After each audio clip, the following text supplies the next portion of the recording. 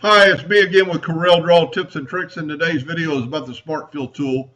I've made many videos about the Smart Fill tool. It's one of my favorite tools. I was having to recreate these swords for props out of plywood, and I'm drawing the teeth, and I caught myself doing something that was kind of not very smart.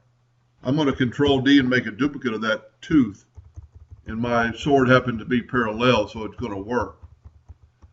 I first started going for the virtual segment delete key and deleting the lines between the teeth. And then I thought, Smart Fill tool, fill it in,